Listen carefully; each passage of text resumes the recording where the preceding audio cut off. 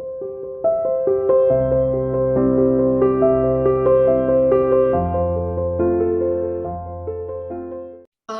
name is Catherine Caine, and I've been a habit of mind practitioner for about 30 years now, since 1992.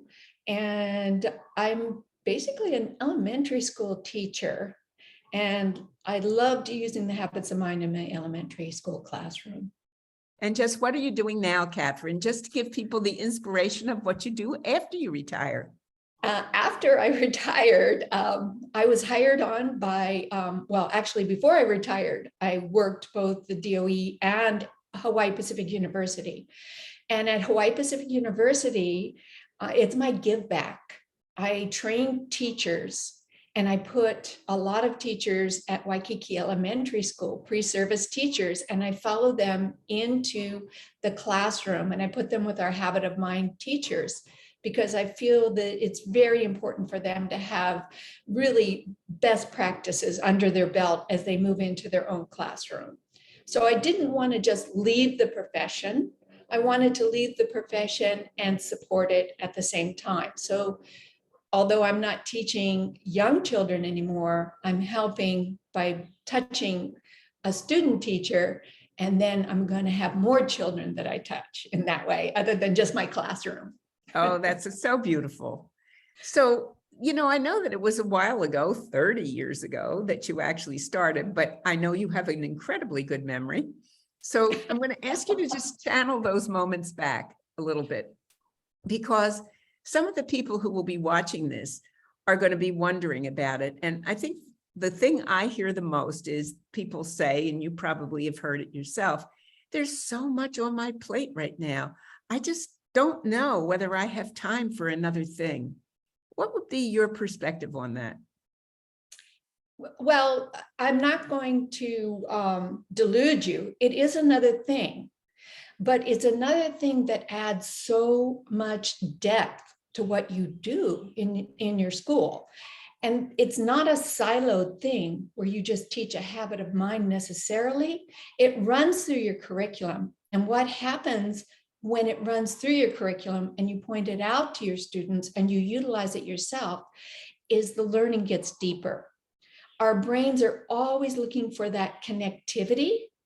And when your brain looks for that connectivity, it's the habit of mind that's the tapestry thread that runs through everything that you do, from thinking about your thinking all the way to the way you behave when you, as Art says, when you don't know the right answer yet. So an example of that would be a research project that I used to do.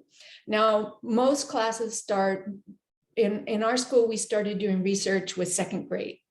And I've been a second grade teacher for a while. I've taught quite a few grade levels. But teaching the children to do the research project was just part of it. One of the things that we did was we reflected what habits of mind would you need to be a good researcher. So it starts with the question, what does a good researcher do? And sure enough, they have to be persistent. They have to think about their thinking. And so at the end of this month-long research project, we have these beautiful products, but we also end with a reflection. The reflection is, what habits of mind did you use?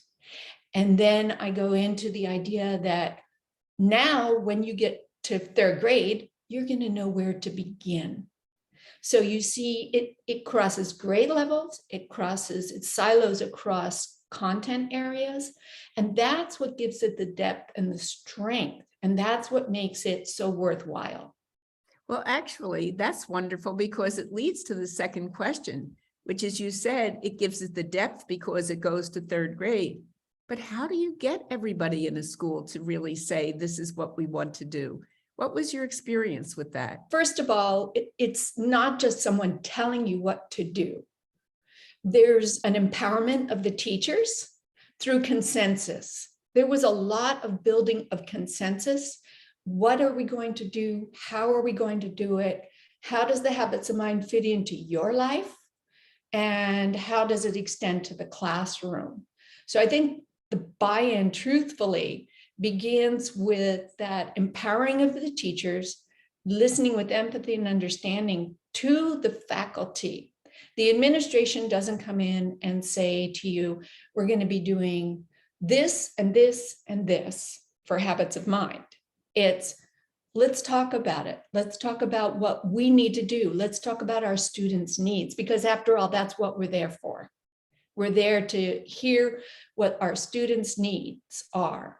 And so we began to percolate in an intellectual community. So there was a lot of discussion, empowering of teachers. And the nice piece of it was our teachers felt that they were innovative and creative. And as a teacher, it's such a gift to have that innovation.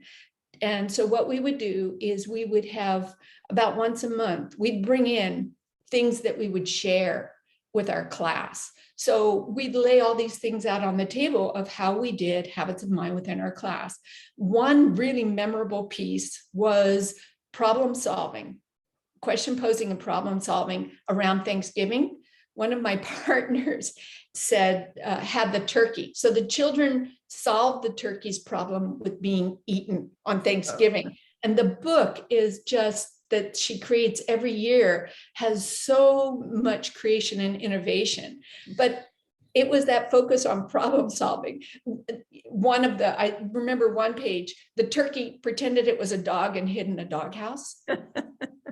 I mean, so I think we were given freedom, intellectually valued as teachers. And truthfully, Ben, not everybody bought in. Some people needed more structure. Some people wanted that, just the academic curriculum. So some people did retire or they left. But generally speaking, people were really excited because it was about us.